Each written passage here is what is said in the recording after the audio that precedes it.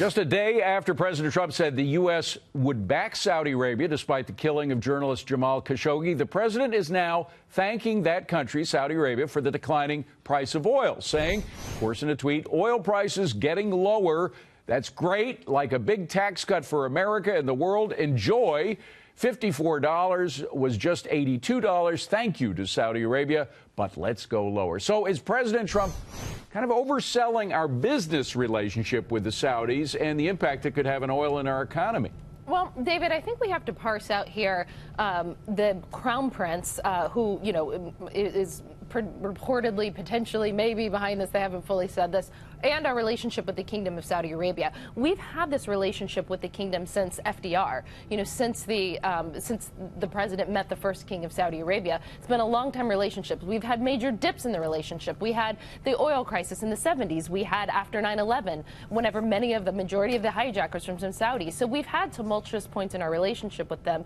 But the question is why does the president want to define the entire Saudi relationship by just this Crown Prince? And I think the one thing that we will see going forward is that this isn't just the president's call. There is a co-equal branch of the Congress, especially in the Senate, where you have the two biggest foes on the Republican side, Rand Paul, Lindsey Graham, and others teaming up to actually try and hold MBS accountable through sanctions, which the Congress can pass.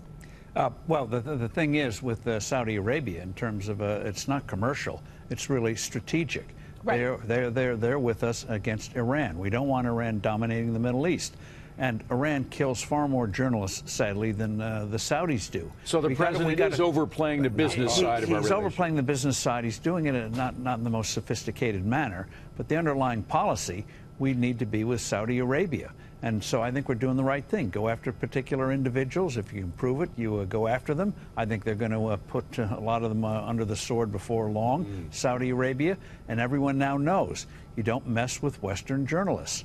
So a taboo has come out of this. It's not just a senseless killing, but I think a good thing will emerge for other journalists. We do have another video of the president that I'd like to get to, but, you know, one quick thing, though, too, on that, you know, we do need the Saudis to counter the Iranians, but if we aren't serious about Syria, if we just hand Syria and Iraq over to the Iranians, then our whole plan to counter the Iranians has gone nowhere. We need the Saudis. We also need to be serious in Iraq. Well, we must Syria. not make the mistake we made in the 1970s, thinking we could use Iran as a proxy. Right. Back in the days when Iran was our friend.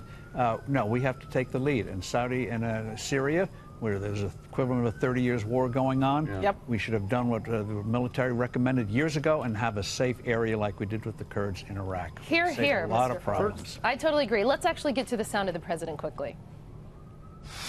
All I do is focus on this country and making great deals for this country. I don't focus on making great deals for myself because I don't care anymore. So Saudi Arabia has nothing to do with me.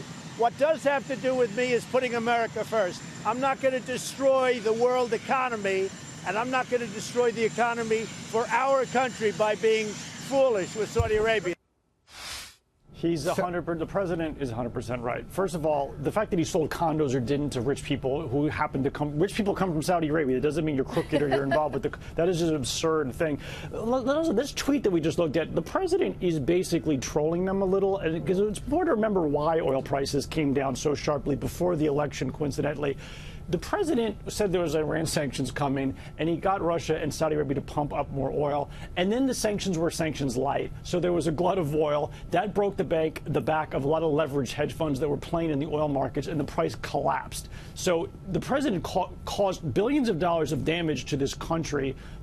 Is it for punishment for this thing they did? Sure, but it's important to still have a business relationship. Steve Forbes just mentioned the 70s. The world changed when we only had friends, basically, with Israel when Iran went.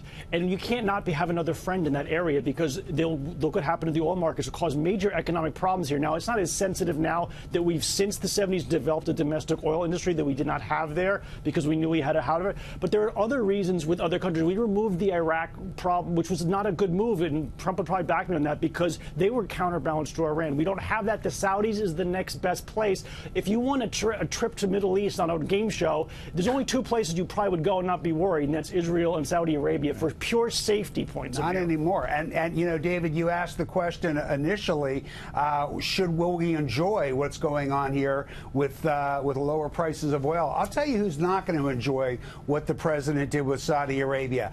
The executives of those oil companies, globe-trotting executives like Steve Forbes, who travel all over the world. And the president of the United States just told them that, you know what, if something terrible happens to you, I value our business relationships and our price of oil over I do you. It reminds me of that old Roman maxim that a Roman could travel anywhere in the world and nobody would dare touch a hair on their head because they were Romans. No longer true of the United States, thanks to what the president did here.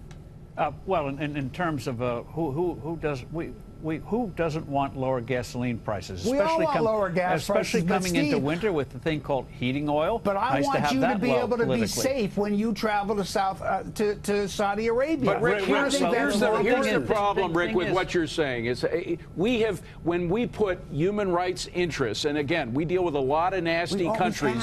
When we put them ahead of our own national interests, like we did with Iran, for example, when the Shah of Iran. Remember the Shah of Iran? You're old enough, and I'm old enough to remember the Shah of Iran. We abandoned him because he was killing people kind of the same way the Saudis are, and we ended up with the Ayatollahs. Was that a smart move, Rick? But David, no, I agree with that. But isn't putting the interest of Americans as they travel around the world something that's pretty darn important to our national interest? It is. And if you have a strong country that makes it clear you harm an American, you'll pay the price, whether we love the Saudis or not. They won't harm us if they know they're going to be consequences. Except they just killed one, Rick, and we did nothing about it. But Rick, they chop people's heads off. They stone people. It is definitely a kingdom, and it's backwards, and that's not right. And a politician would come out and make a lot of statements about it.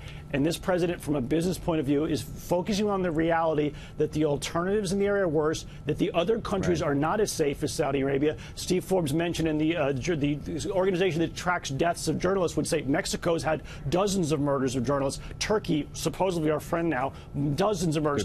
The Russians have been doing this to people who look, it's not a free speech place. It's a terrible place. Russia. That's right. But it's less terrible than the alternatives, and the business reality of it is that's why we have to do. But I think it'll now get more terrible because we have signaled that we don't stand up for our citizens or our writers. But don't you think, David? Don't you think, David, that Rick? Don't you think that the Saudi Crown Prince wishes he hadn't done this?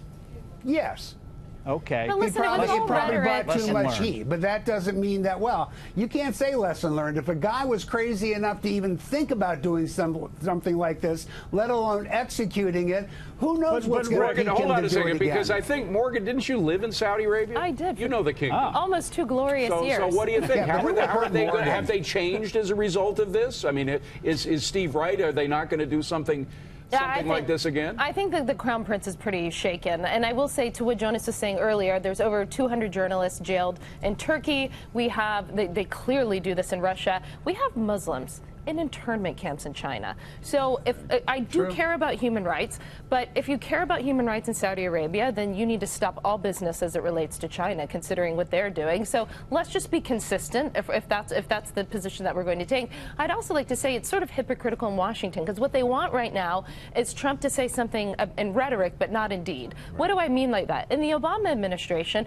you were talking about how we didn't stand by the Shah. In the Obama administration, we didn't stand by Mubarak, our 30-year ally in Egypt. I was in the Middle East as Egypt fell and as it crumbled, and it shook the Middle East to the core, and they've never recovered from the Arab Spring. So, you know, what did the Obama administration do to stand up for human rights? The Obama administration was the Obama administration was standing up was a friend of Saudi Arabia. There's pictures of him. He basically bowed to him. He bowed to the king. Doesn't anybody remember that? He gave him the thumbs up to go on a bombing mission in Yemen, which has led to more deaths than this journalist. So every president has problems dealing with this country because it's an imperfect situation. And as for journalists working in dangerous places, again, I just want to emphasize, Paul Klebnikov, he was a U.S. citizen. He worked for Forbes magazine. He was the editor of Russia Forbes. He was killed on the streets of Moscow, and a lot of fingers are pointing to Putin for that job. So remember Paul Klebnikov. Paul Klebnikov. He was a wonderful guy. I got to say this. Quickly, Rick, we got to run. Never understand the, well, Obama didn't do it either. You're right. Obama didn't stand up for Mubarak. He should have. Okay. How does that defend the foreign policy we're doing now? We're going to leave the question open. We got to run.